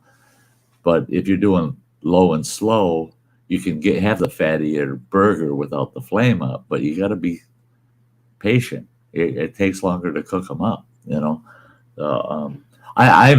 that's another thing I'm excited for next year if all goes well. I'm going to get me a nice gas grill, and I'm going to have fun with that fire pit and the cooking grill on that. And I'm going to be doing some cooking videos like Mojo, for God's sakes. Torture my ass for all this whole thing where I couldn't eat, and I'm watching Mojo's channel going, you son of a bitch. How dare you eat that shit in front of me? I'm the one watching, I could walk away, but I was glued to it, man. That boy knows how to eat. And I'm going to visit his ass too, and he's going to feed me. Got to eat smaller volumes, right? Yeah. Well, and that's it, is they told me for the rest of my life, it's not that I'm going to eat less. I'm actually going to be eating a lot more often, but in smaller amounts. I'll be eating just as much total in a regular day, but it'll be all spread out through the day. Instead of 3 big meals, I'll be having 6, 7, 8 times that I'm chowing down. And they said, because you'll only be able to consume about 8 and eventually maybe 10 ounces of food. And then you got to wait an hour, hour and a half, and your stomach will be empty and you'll be able to do it again. So they said, you think about that, just in 12 hours, you get to eat 6 meals in 12 hours. And they're 10 ounces. Well, that's sit down and try to eat 60 ounces. I can do it right now. I've been eating so damn much. One thing I haven't had in forever was a Arby's Greek gyro, right? Never had. Well, I got a wild hair the other day, and I went and I got 2 of them. And a loaded curly fry to go with it. I come home and I look it up online for the calories, and I go, holy Jesus, there's over 2,000 calories in those 3 things. And I thought, you better just eat 1 gyro. Well, I opened it up, and I thought that bag seemed awful heavy. And I opened that gyro up. Their gyros are now twice as big and almost twice as expensive. They've jacked the price up on them buggers. It cost me $15 for those 3 items, right? 15 something. I got that first one. God, it was huge. I ate that whole gyro, and I had them throw extra cucumber sauce on them. So I ate that whole gyro. Then I ate the whole loaded curly fries, and I'm going, I can handle a couple more bites of the other gyro. So I opened it up, and I ate that whole damn thing. And within a half an hour, I sat down and I ate 3 cups. That's a lot of watermelon as a snack. And I thought that wasn't good enough. So I went and I got myself a blueberry bagel, and I smothered it with smoked salmon cream cheese. Well over 3,000 calories that day. Day before yesterday, I hit 3,980 calories. 3,980 calories in a single frickin' day. And I'm not gaining any damn weight, but I'm maintaining right at about 150 pounds. I'm maintaining there. And they told me when I go to tube feeding after my surgery, they said, that's when you're going to get your weight. They said, we've already developed your diet for you. And that's kind of cool. They call it formula. And right away I asked them, I said, is it going to be on the shelf when I need it? They go, wrong. Good night, Dennis. Hey, good night, Dennis. We'll see you, buddy. But they said wrong kind of formula. It's not the formula that's baked on the shelves. This is a different one. And they said, you're in luck because it's prescribed. So it's 90% of it's covered under your insurance. And it's shipped right to your door a week in advance of you needing it. There you go. Every week you get it almost a week in advance. Is it all refrigerated? No, it's in powder form. And you constitute it with it. So it's form, yeah. Okay. They said for the first 3 to 4 weeks, they want me reconstituting it with Ensure for the added calories and some of the mineral and vitamin benefits, right? Ensure is pretty nutritious for you. So they want me to reconstitute that powder with that Ensure. Well, then they said, then you just switch up to water, reconstitute it with water or milk or whatever you want. And then you feed yourself through a tube. You don't get to taste it, so you don't have to worry about what it tastes like. Plus, I don't think I want to taste it because all of my meds, except for one, I got to put in a pestle and crush them and add them to my meal, to my formula. For my breakfast and for my dinner, I got to crush those pills and add them. Some of them pills, you don't want to crush it and put it in your mouth because you want someone to cut your head off. And they are so damn nasty. Oh my God. And I was scared about that. How the hell do I take these pills? I can't crush them, put them in my mouth. They said, oh no, it'll go through your feeding tube. You'll never taste it. Said, okay, I'm good with that shit. So they're making the feeding tube a little less apprehensive, that because it's going to cover a few bases that'll be a lot more comfortable. But I don't know. Well, even that, you got to feed yourself, 5, 6, 7 times a day with the lip. I mean, you'll be constantly mixing shit up and pouring it in. Well, see, they're talking about putting me on a pump, and what it is you prepare what they call 3 periods of meals. And you attach it to this pump. You mix it and you put it in this bag. It's connected to a pump, almost like an IV pump, but it's bigger, big line. And that connects to your feeding tube. And it feeds you a certain number of ounces of that formula once every 3 hours. So every 3 hours, it gives you so much of that formula.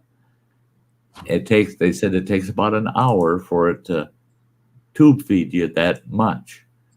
And then it shuts off. And then 3 hours later, that is passed through your lower intestine or your upper intestines in your lower intestine. It'll kick on and feed you that much again.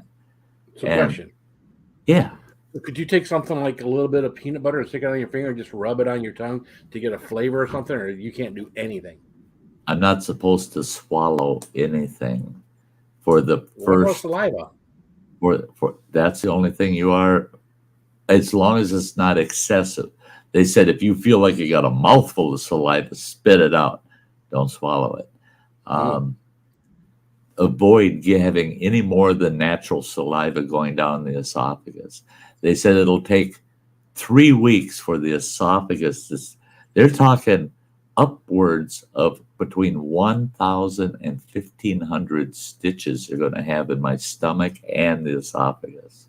And all of that's got to heal up totally before I let anything go past it other than my own saliva.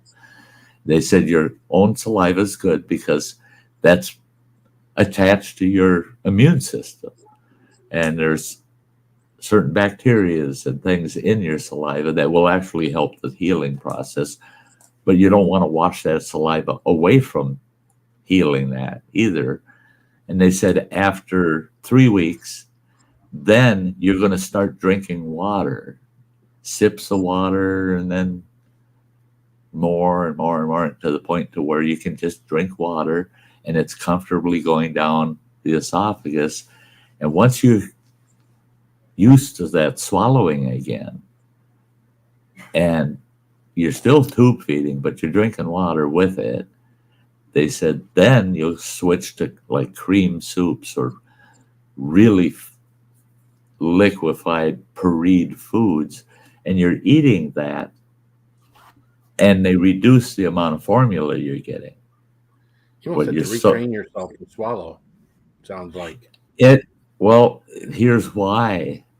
They're removing they were only going to remove about 2 to 3 inches of my esophagus. Now they're removing 50% of it. Yeah. They're taking half of the esophagus out, and that's about that much of it. And to replace it, what they do is the surgery, they make an incision from the bottom of my sternum to my navel, and they go in, and your stomach is attached to your spleen. Your spleen provides blood to your stomach to create warmth because it helps digest the food. Your stomach heats up as it's trying to digest. But they can't have that attached to your stomach to do this procedure. So they got to go in and they have to cut every blood vessel going to your stomach from the spleen and cauterize all those. And he said there's about 40 or 50 of those. That part of the procedure takes about 2.5 hours. Well, it takes 2 hours just to put the feeding tube in and 2.5 to do that. So 4.5 hours, up to 4.5 hours. And he said, then what we do after we get the stomach detached, we go in and we remove the top 20% of your stomach. We empty all of the contents of your stomach, so there's no acids or anything. It's all washed out clean. Put it back, stitch you up. And I said, wait a minute. That's like saying you're gonna cut a sewer pipe in half and then just fill the hole. That don't make sense. And he said, nothing's going down your throat to go in there. We're not going to let nothing go down your throat during this process. Oh, okay. I got to trust you, I guess. And then he said, then the next phase, we open your chest from your sternum almost to your backbone. And then we use rib spreaders, open your chest. We have to collapse your lung, move your heart to the side, and we go in and we remove the esophagus up here, mid-chest, a little higher than mid-chest. And we have to go down to where the esophagus goes through the diaphragm, and we detach it from the diaphragm. We then can pull the esophagus out with that 20% of the stomach that we remove attached to it. We can pull it out, get rid of it. I said, well, now what the hell's going in between there now? You just eliminated a bunch of shit, And he said, this is where it gets real colorful. He says, we go down through that hole in your diaphragm and we snatch up your stomach. We get a hold of it around the edges and we pull it back up through your diaphragm. And it compresses your stomach and makes it a long tube like a piece of intestine. And we pull that stomach up until we get to your esophagus. And we attach your stomach then to the esophagus. And he says, within a week, your diaphragm is already attaching itself to what was your stomach, and the stitches are starting to heal up. And I go, but wait a minute, you mean my stomach's going to be up in my chest instead of down in my gut? He said, no, we're turning almost 2/3 of your stomach into your new esophagus. He says, so the stomach you'll have left over is only going to be about the size of a tangerine. That's why you can only eat about 8 ounces of food when this is all said and done. Your stomach is so small, and eventually it'll stretch out where you might be able to eat 10 or 12 ounces in a meal. Well, 10 or 12 ounces, that's fairly good, That's quite a bit of a meal. But I told him, this whole thing sounds like madness, man. That's you mad freaking doctors. You're crazy doing that shit to people. And he says, but it saves them, So, yeah, somebody's got to bite the bullet and do it. If you didn't have guys like me, there'd be no answer to this problem. He says, so I get to be the guy that spends 10 and a half hours inside of you fixing shit right up to my elbows, not getting to sit down, take a break for that 10 and a half hours so that you can be all happy dancing in the frickin' tulips next spring. Okay. I get it. And what I like about it is I told him, I said, you know what? If you ever feel like telling me, Sty, just shut up and let us do our job. You can ask questions about our job, but don't try to understand some of it. It's just, unless you went through the years of school and the internship and the surgical procedures, he's got 108 thoracic surgeries under his belt. He's rated the world's top thoracic surgeon. How did I get him? I still don't get it. And he told me, he says, relax, man. I said, you're doing dignitaries from other countries. They come here to the U.S. to go to you to have that surgery done. What are they paying? $2,000-$3,000 an hour to have you do that shit? He said, double that. And I go, then how the hell are you picking me? I'm on Medicare. He says, because we love winners. He says, we are firm believers. We can correct this for you. And you're going to get another 20 years on top of what you could have expected instead of 5 to 20 months. We're going to give you 5 to 20 years. I said, oh, that's a sentence I'm willing to take. If I got to go through this recovery for 2 months to get a sentence of 5 to 20, I'll take it, you know?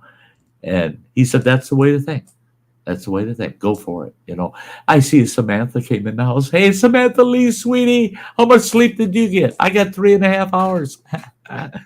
But so there you go. There's a whole procedure I got to go through a little over a week from now. And it's going to be quite the journey. It's going to be quite, yeah.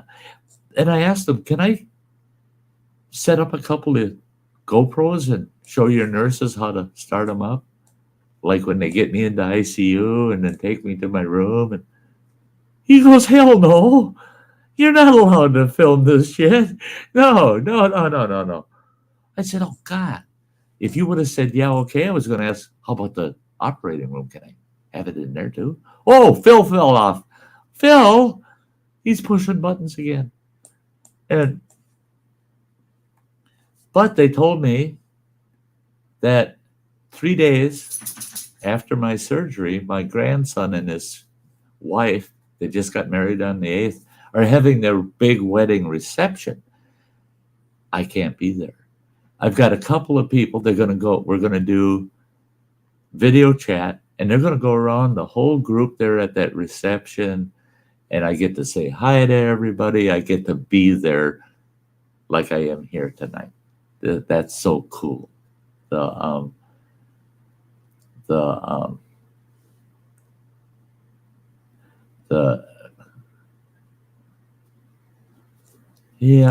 I'm going to take a quick look over here.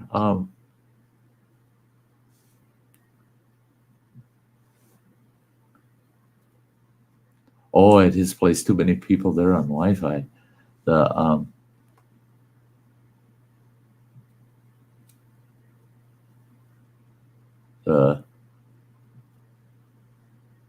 particular might cure your diabetes. I won't go into it right now. Yeah, and that's it. It depends on the diet with it. Hey, E-Waste Mike, buddy. It is so good to see you, man. It is so good to see you. Yeah, Sam, I sent the link, sweetie, if you're able. Yeah, it's there. Yeah, they say my metabolism is going to change, so it could affect my diabetes, but they don't say it would cure it. It may make it much easier to manage, much less meds, and still a dietary issue, but not extreme like I've gone through for years and years. But it can also go the other way. It can go the other way.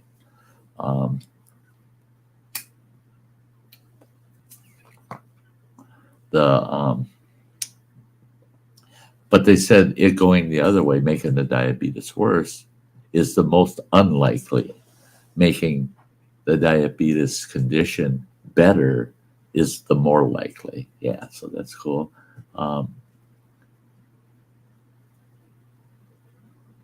Yeah. Well, yeah, I've heard on the diabetic side of things, being I've been dealing with for so many years, that some doctors dealing with diabetes, if you come down to the almost to a normal level and you're not taking the diabetic meds anymore, but you're controlling it with diet, they'll call it you're in diabetic remission, just like cancer. You're in remission. It's not actively occurring. But they'll call it a cure too. There was a spell there where I was totally off all the diabetic meds. It was a short period, about 18 months over during one stretch. And they said, man, they said, you're basically diabetically cured. And I said, well, does that mean it'll come back or not? And they said, well, no, it can always come back. Diabetes, if it goes away, might rear its ugly head again someday. You know, it's not like it's something you get rid of forever. Yeah. Happy birthday! I'm back. I don't know what was going on there, man. It's too so favorite subjects. What's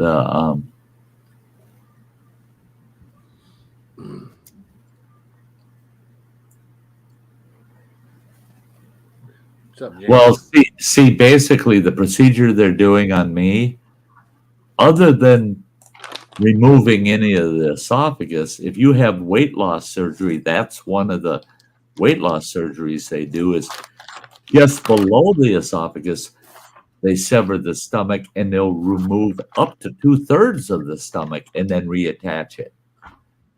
And that's Running Waters X had that done, and oh my God, did she lose the weight? She looks gorgeous today, man. I mean, it really worked for her. And now she's eating. I look at her dinners and I go, where do you put that? And she said, eventually my stomach's stretched enough that I can hold that much volume. Twice a day she can handle these larger meals. So she usually goes with a fairly large breakfast and a fairly large dinner, very light lunch. And she said, and I'm right at the perfect weight now. I'm maintaining it. It stays there. She exercises. She goes to Snap Fitness, to the gym, you know, and she hikes and does all this stuff. And I thought, oh my gosh, she was a chubby girl. That surgery worked for her. But for her, fortunately, because of that procedure, they only open you up below the sternum. They don't have to go up in the chest cavity like they do. Because removing the esophagus, they will not remove the esophagus for diabetes, weight loss, anything. The only reason they remove an esophagus is because of cancer. And that's a fact, Jack. Don't tell anybody any different or you're bullshitting them. Don't do it. Don't do it. That's right from the Mayo. That's right from the Mayo. They said any doctor that removes any portion of the esophagus that hasn't been irreversible damage and or cancer never happens. No doctor will touch that esophagus for weight loss or any other purpose whatsoever, because it is a very critical part of your system. And that's talking about weight loss. Remember our buddy Brad Muglot? Oh yeah. He had a band put around his stomach. Yeah, he had the band done. Yeah. Yeah. He guy looks like he's 15 years younger, man.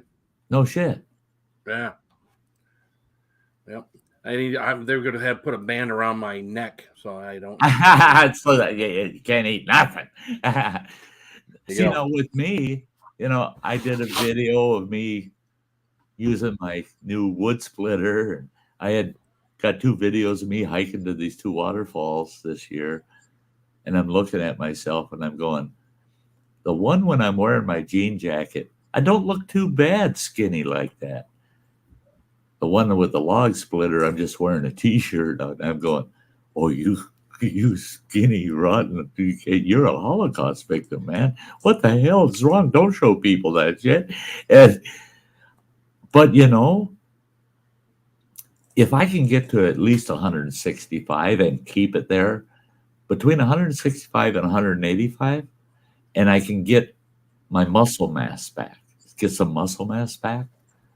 I'm actually gaining some muscle mass back. I actually, just 3 weeks ago, if I touched my biceps, it was jello.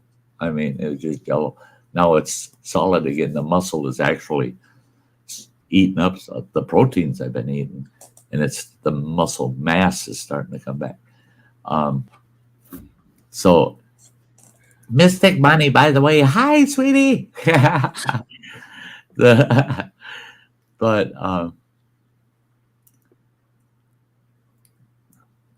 Blake, I've been doing real good right now. Just, and I think they do that on purpose. They give you all that chemotherapy and radiation therapy, and then they give you about a 6-week break before they do anything else to you. It's like, we got to get this guy feeling really good about shit before we jump into the next phase. So I'm feeling great, man. I'm feeling really good. I still have discomfort swallowing sometimes, but not enough to stop me from eating. So I feel like $1,000,000, and I got energy. The other day I worked out in the yard for 4.5 hours, and then I did a bunch of shit in the house, and where the hell that energy's come from, I don't know. But I'm feeling good. I'm feeling really good. So I'm getting prepared for this next step, and because I'll be knocked down on my ass for 6 weeks after that. But that's okay. That's okay. Again, I always say the end result is so positive that it's worth it. It just, get it done.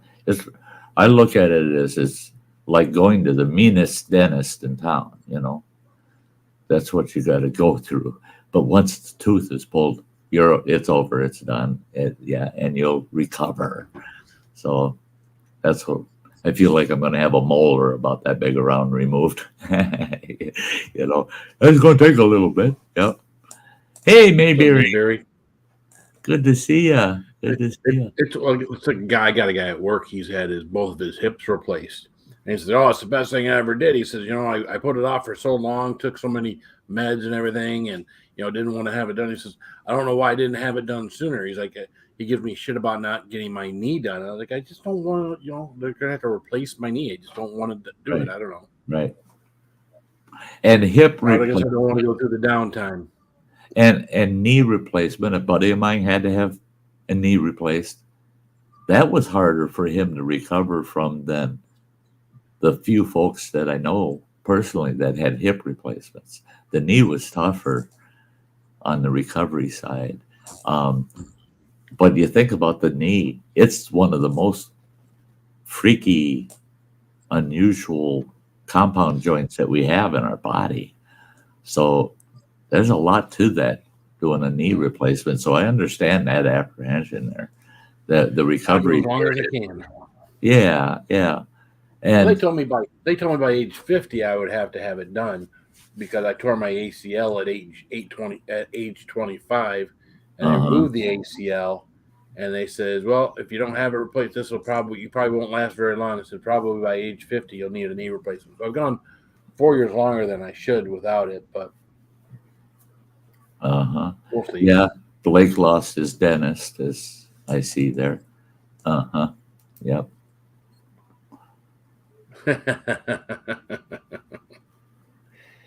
Yeah, you can't let that guy be tapping around in your mouth when you bring his baby girl home. No. Especially if he's the dentist I went to ages ago.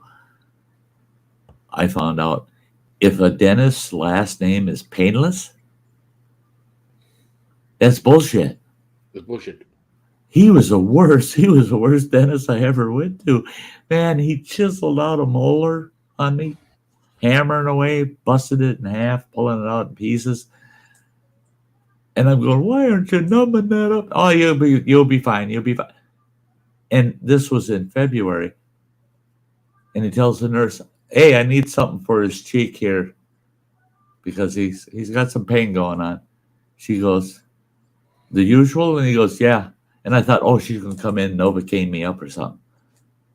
She's gone for about 2-3 minutes, and she comes back in with this white towel, and she puts it up against my cheek. She says, "Here, now hold that there." And I go, "What the hell? It's cold." She goes, "Yeah, that's snow. I had to run out and get some snow off the snowbank."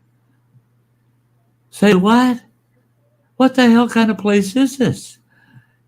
You come after me with a big ass steel chisel, and then you stick snow in my face and say, "There you go. You can go home now." Oh man, that Dr. Painless. Yeah. That it reminds me of the term universal or universal fit. My definition is it universally, it's nothing equally as well. Yeah. Have you guys had similar experience with gizmos that are universal fit? Well, it's just like things that are called unisex, and you put it on and somebody says, "God, you look like a girl." Oh, shit, it said unisex. You got to be kind of careful on some of that stuff. That's why on clothing they now say one size fits most. I'm the reason why. It used to say all, but now it says most. That's right. And why I'm wearing size 28 waist jeans right now, and they're not really snug. You know, they fit, but they're still a little loose. But I bought 2 pairs a couple weeks ago. The one pair, put them on, they fit just the way I expected them to. Put the other pair on, I can't get sons of bitches button. Can't even get the zipper all the way up. I took them suckers off and I looked at the size. No, it's the exact same size as this pair. It's a different brand. It's like, I know where that pair came from. That was not definitely USA made. Them people, there you go. Them people. Small, medium, and large has a totally different meaning. Size 28, size 32, size 36 has a total different meaning. Yeah. Sorry, I don't mean to stereotype, but it is true. Same with t-shirts, man. I bought some t-shirts that were made, oddly enough, they were made in India. And they were size small, and they fit me just fine. They weren't snug, they were fairly loose. And so I bought some more, and they were Chinese made. A pack of 4 of them. I'd have to stitch. It's really a pack of 2 because I'd have to stitch 2 of them together for them to fit me. But they're the same size as the other pair. What? You know, it's not the stereotype. It's true. If it's small, medium, large, I guarantee you, don't go by that shit. Hold it up to you and say, "Yeah, that'll fit her." You know. So, I buy all my t-shirts as mediums because I know they'll fit, or large. And to think that I was wearing, that's like this sleeveless one I'm wearing tonight. That's an extra large, man. Look at this shit. I mean, this thing is just looser than snot. It's all balled up under my waistband. It's just like, looks like look. He's got it all balled out and tucked in the back. Looks like he shit his pants. There's so much. Well, it's all the cloth from this t-shirt, man. Yeah. Things just don't fit right. Yeah.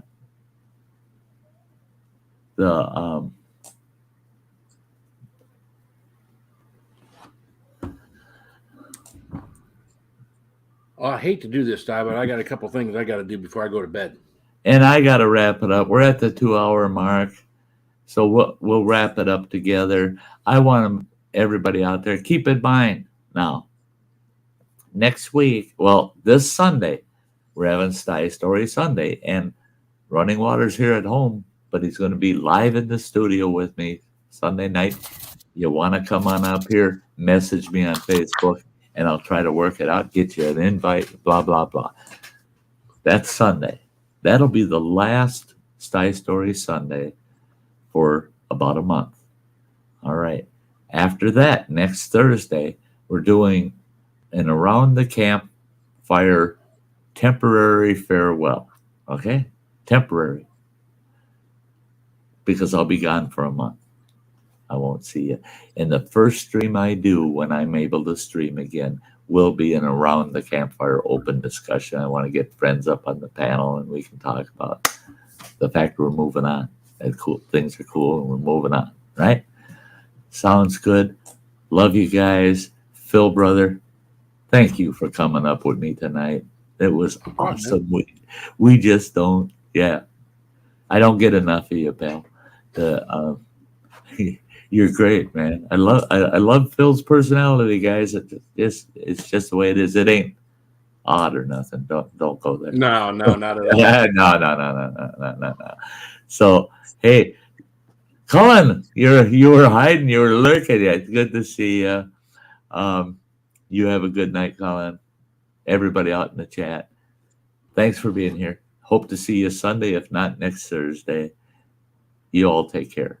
Okay. Bye, everybody. We'll do it. I got to grab that girl in the fur coat and dance my ass out of here. Yep. Here we go.